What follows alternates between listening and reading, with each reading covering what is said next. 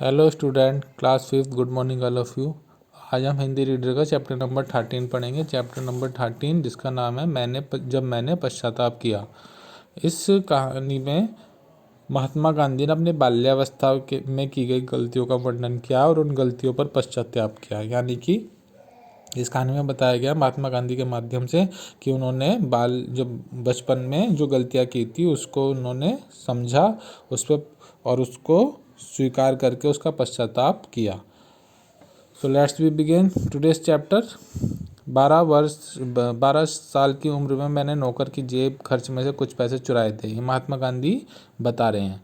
अपनी इस गलती पर मुझे बड़ा पछतावा हुआ। मैंने मन में तय किया कि अब मैं कभी भी चोरी नहीं करूँगा, लेकिन अपनी बात मैं निभा ना पाया।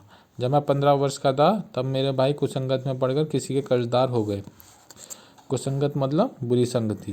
तो वो बता रहे हैं कि उन्होंने 15 साल की उम्र में उनके भाई ने बुरी संगति में बढ़ के उन पे कर्जा हो गया। मेरे भाई बाजूबंद पहनते थे। इस गहने में सोने का एक ताबीज़ बंधा हुआ था। हम लोगों ने उस ताबीज़ में से थोड़ा सा सोना काट लिया, उस टुकड़े को चुपके से बेचा और उससे मिली रकम से हम लोगों ने कर्ज के 25 रुपये चुका दिए। तो महात्मा गांधी बता रहे हैं कि उनका जो भाई थे, बड़े भाई, उनको बुरी संगति में पड़ के उनका कर्जा हो गया। तो उन्होंने उनके जो बाजू में बांधते ताबीज़, उसमें से सोना निकाल के बेच दिया और उसके 25 रुपये मिले और उससे उन्होंने अपना कर्जा उतार दिया। कर्ज का भार तो उतर गया, लेकिन मेरे ऊपर पाप चढ़ गया। मैंने बार बार मन को समझाता था, संकल्प करता था कि अब मैं कभी चोरी नहीं करूँगा, किंतु जो पाप मुझसे हो गया था वह मुझे दिन रात कचोटता रहता था। तो महात्मा गांधी कह रहे हैं कि कर्जा तो उतर गया, लेकिन उनको ऐसा लगने लगा कि उन्होंने बहुत बड़ा पाप किया है। अतः अंत में मैंने यह तय किया कि पिताजी को अपना अपराध बता दूंगा, लेकिन मेरी हिम्मत न पड़ी। यह बात न थी कि मुझे पिताजी की मार का डर था। मुझे नहीं याद पड़ता कि उन्होंने हम लोगों में से किसी को कभी मारा पीटा हो।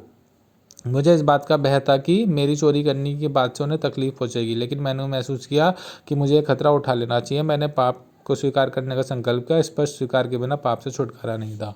अब महात्मा गांधी कहते हैं कि जब उन्हें लगने लगा कि उन्होंने पाप किया, तो उन्हें सोचा कि इस बात को उन्हें अपने पिताजी को बता देना चाहिए और अपना अपराध स्वीकार करके जो भी सज़ा मिलेगी उसको स्वीकार करना चाहिए। लेकिन उन्हें यह डर नहीं था कि उनके पिताजी को जब ये बात पता चली उनकी उनकी पिटाई होएगी। उन्हें इस बात का दुख था कि जब उनके पिताजी को पता चलेगा कि उन्हें बड़ी तकलीफ पहुंचेगी कि उनके बेटे ने इस तरह से चोरी की है। मैंने तय किया कि मैं सब कुछ लिखकर पिताजी को दे दूंगा और उनसे क्षमा याचना करूंगा। और मैंने एक कागज़ पर सारी बातें लिख ली और उसे कांपते हाथों से पिताजी को पकड़ा दिया। तो उन्होंने कहा कि मैंने उसको एक लेटर पे लिख दिया जो भी उन्होंने अपराध किए थे और उसको जाके पिताजी को दे दिया। इस पत्र में मैंने केवल अपना अपराध स्वीकार किया था, बल्कि अभी लिखा था कि इस अपराध के लिए मुझे भरपूर सज़ा दी जानी चाहिए। अंत में मैंने प्रार्थना भी की थी कि अपराध के लिए वे अपने को सज़ा ना दे। पत्र में मैंने यह वचन दिया था कि भविष्य में मैं कभी भी चोरी नहीं करूँगा।